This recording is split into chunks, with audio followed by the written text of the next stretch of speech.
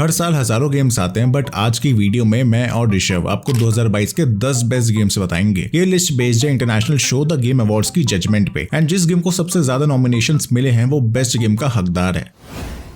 Xenoblade Chronicles 3 एक Nintendo Switch exclusive action role playing game है जिसे Monolith Soft ने डेवलप करा है। ये Xenoblade Chronicles फ्रेंचाइज का फिनाले है और इसमें आइनियोस नाम के वर्ल्ड को एक्सपीरियंस करते हैं, जहाँ कीव्स और एग्नेस नाम के दो नेशन काफी सालों से वॉर में बिजी है। इसका 3D गेम प्ले देखने में अच्छा लगता है, जहाँ बहुत से यूनिक कैरेक्टर्स भी देखने को मिलते हैं। एक्शन और विजुअल्स की बात करें तो वो भी काफी एंजॉयबल है और ओवरऑल फीचर्स के कारण इसके रोल प्ले, म्यूजिक जैसे कैटेगरीज के साथ साथ इसे गेम ऑफ द ईयर तक के लिए नॉमिनेट किया गया है। इमॉर्टैलिटी मेरे ख्याल से मेजॉरिटी ऑफ व्यूअर्स ने यहाँ पर नहीं सुनी होगी। ये काफी डिफरेंट गेम है जिसमें इंटरैक्टिव फिल्म गेम प्ले देखने को मिलता है और इसे सैम बाल्डो ने डेवलप और डायरेक्ट किया है। इसमें बेसिकली हम एक डिटेक्टिव का रोल प्ले करते हैं जिसमें हमें एक एक्ट्रेस के मिसिंग होने के पीछे की मिस्ट्री को सॉल्व करना होता है। इसमें एक्चुअल में रिकॉर्ड हुए फुल मोशन वीडियोस को फीचर किया गया है जिन्हें डिकोड करके हमें प्रोग्रेस करना होता है। ये काफी इंटरेस्टिंग है खेलने में, जिस वजह से इसे बेस्ट गेम डायरेक्शन और बेस्ट नैरेटिव के अवार्ड्स के लिए नॉमिनेट किया गया है। यूनिक एक काफी ब्यूटीफुल एक्शन एडवेंचर गेम है जिसे एंड्रयू शोल्डाइस ने डेवलप किया है और ये विंडोज, मैक, स्विच और कंसोल्स पर इसी साल लॉन्च किया गया। इसमें हमें क्यूट से फॉक्स होते हैं जो क्वेस्ट पर निकलता है, जो किसी भी एंगल से सिंपल नहीं है। ऐसा इसलिए क्योंकि इसमें कोई definite straight forward story line देखने को नहीं मिलती और हमें खुद से ही एक्सप्लोर करना होता है कि हमारी मंजिल क्या है। इसमें काफी सारे ट्विस्ट एंड टर्न्स भी है जो आप लोग खुद खेलोगे तो बेहतर समझोगे। वर्ल्ड तो डेवलपर ने काफी ब्यूटीफुल और ब्राइट बनाया है जिसमें काफी सारे वेरिएशंस भी है। इन्हीं क्वालिटीज के लिए इस गेम को बेस्ट इंडी और एक्शन एडवेंचर जैसे कैटेगरीज के लिए नॉमिनेट किया गया।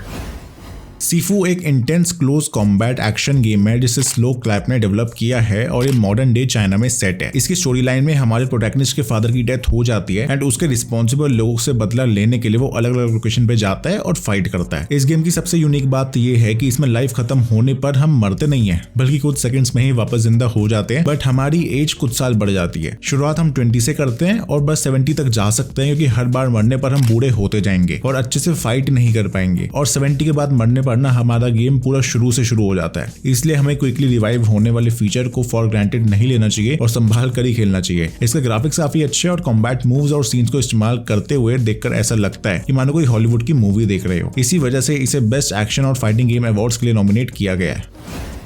कॉल ऑफ ड्यूटी का नाम तो हर किसी ने सुना होगा और इसकी most famous modern warfare trilogy का रिबूट भी काफी सक्सेस में चल रहा है। पब्लिशर एक्टिविजन की तरफ से इस साल अक्टूबर में रिलीज हुई मॉडर्न वॉरफेयर 2 एक फर्स्ट पर्सन शूटर गेम है जिसमें हम स्पेशल फोर्सेस के कमांडोज होते हैं और बहुत सारे लोकेशंस पर जाके अपने ऑब्जेक्टिव्स कंप्लीट करते हैं। गेम की ग्राफिक्स बहुत ज्यादा ही बढ़िया है और गेम प्ले भी काफी इमर्सिव है। कैरेक्टर्स तो आइकॉनिक है जिसमें कैप्टन प्राइस, घोस्ट और सोप मैकटेविस जैसे नाम शामिल है। इसमें animations, dialogues, game play mechanics बढ़िया होने के साथ साथ मल्टीप्लेयर भी काफी अच्छा है, जिस वजह से इसे बेस्ट एक्शन गेम और बेस्ट मल्टीप्लेयर वाले कैटेगरीज में नॉमिनेट किया गया है। साथ साथ इसका ऑडियो भी बहुत ही बढ़िया है। अ प्लेग टेल रिक्वेम एक एक्शन एडवेंचर गेम है जिसे असोबो स्टूडियो ने डेवलप किया है और ये 2019 में आए अ प्लेग टेल इनोसेंस का सीक्वल है। गेम की स्टोरी लाइन में हम ह्यूगो और एमिशिया की स्टोरी लाइन को कंटिन्यू करते हैं, जिनमें उन्हें ब्लैक प्लेग के रैट्स और फ्रेंच सोल्जर से बचकर सर्वाइव करना होता है। इसमें डेडली रैट्स हमारे फ्रेंड्स भी होते हैं और दुश्मन भी, पर इसमें स्टेल्थ ही हमारा मेन प्ले स्टाइल होता है जिसका इस्तेमाल करते हुए हमें सेफली मिशन में प्रोग्रेस करना होता है। इसमें 14th सेंचुरी में आए ब्यूबोनिक प्लेग के टाइम वाला वर्ल्ड को काफी एक्यूरेटली दिखाने की कोशिश की गई है और कैरेक्टर आर्क भी स्टोरी लाइन से प्लेयर्स को काफी कनेक्ट करती है, जिस वजह से इसे game of the year and best narrative जैसी कैटेगरीज में नॉमिनेट किया गया है।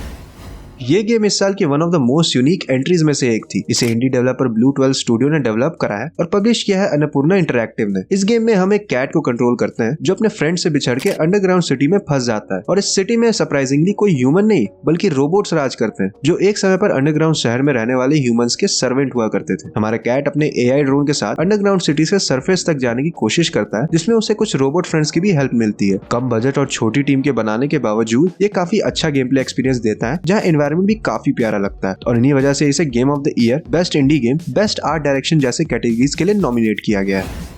होराइजन फॉरबिडन वेस्ट भी सोनी की इस साल की one of the biggest launches में से एक है, जो 2017 में आए होराइजन जीरो डॉन का सीक्वल है। इसमें हम एक पोस्ट एपोकैलिप्टिक वर्ल्ड को एक्सप्लोर करते हैं जो यूनाइटेड स्टेट्स में बेस्ड है और इसमें कैलिफोर्निया और लास वेगस जैसे फेमस लोकेशंस को फीचर किया गया है, जिनकी ब्यूटी और इंफ्रास्ट्रक्चर अब पूरी तरह से डिस्ट्रॉय हो चुकी है और अब यहाँ ह्यूमंस और डेंजरस रोबो मशीन सिर्फ वॉर ही लड़ रहे हैं, कभी अपने बीच में तो कभी एक दूसरे से। स्टोरी लाइन में हम प्रोटैगनिस्ट एलॉय की कहानी को कंटिन्यू रखते हैं जो प्लेनेट को हील करने के लिए क्योर ढूंढ रही है। इसी बीच हमें काफी विलन्स और मशीन क्रीचर से फाइट भी करनी होती है, जिसमें से बहुत तो फ्लैश वाले क्रीचर से भी ज्यादा डरावने लगते हैं। ये गेम बहुत ब्यूटीफुल है, जिसकी वजह से इसे game of the year, best action adventure और बेस्ट गेम डायरेक्शन जैसे अवार्ड्स के लिए नॉमिनेट किया गया है।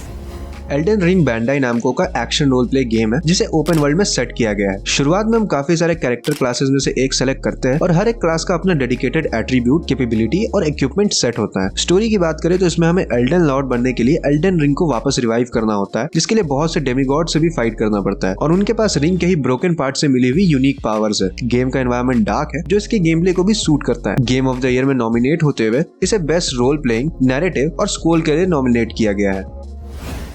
God of War Sony Interactive Entertainment की फ्लैगशिप सीरीज में से एक है जो 17 सालों से चलती आ रही है और इसको लेटेस्ट टाइटल को रिलीज हुए महीना भी पूरा नहीं हुआ, बट फिर भी इसकी पॉपुलैरिटी के कारण इसके फर्स्ट डे सेल्स ने ही काफी सारे रिकॉर्ड्स तोड़ दिए थे गेमिंग इंडस्ट्री के और अपने पहले ही वीक में most selling first party PlayStation game भी बन गया था। गॉड ऑफ वॉर रैग्नारोक एक एक्शन एडवेंचर गेम है जिसमें हम प्रोटैगनिस्ट क्रेटोस और उसके बेटे एट्रियस को प्ले करते हैं जो काफी पावरफुल मिस्टिकल वॉरियर्स हैं। कमाल की स्टोरी लाइन के दौरान हम काफी एक्साइटिंग एक्शन और ब्यूटीफुल विजुअल्स देख सकते हैं जिसमें लीथल क्रीचर से लेकर गॉड्स तक सबसे फाइट करने का मौका मिलता है। इन्हीं फीचर्स के कारण इसे गेम ऑफ द ईयर के साथ साथ best action adventure, best narrative और बेस्ट स्कोर एंड म्यूजिक जैसे अवार्ड्स के लिए भी नॉमिनेट किया गया है। जितने भी गेम्स को इस लिस्ट में फीचर किया गया है उन सभी में सबसे ज्यादा नॉमिनेशन इसी गेम को मिले हैं और इसीलिए हमने इसे नंबर 1 पे रखा है।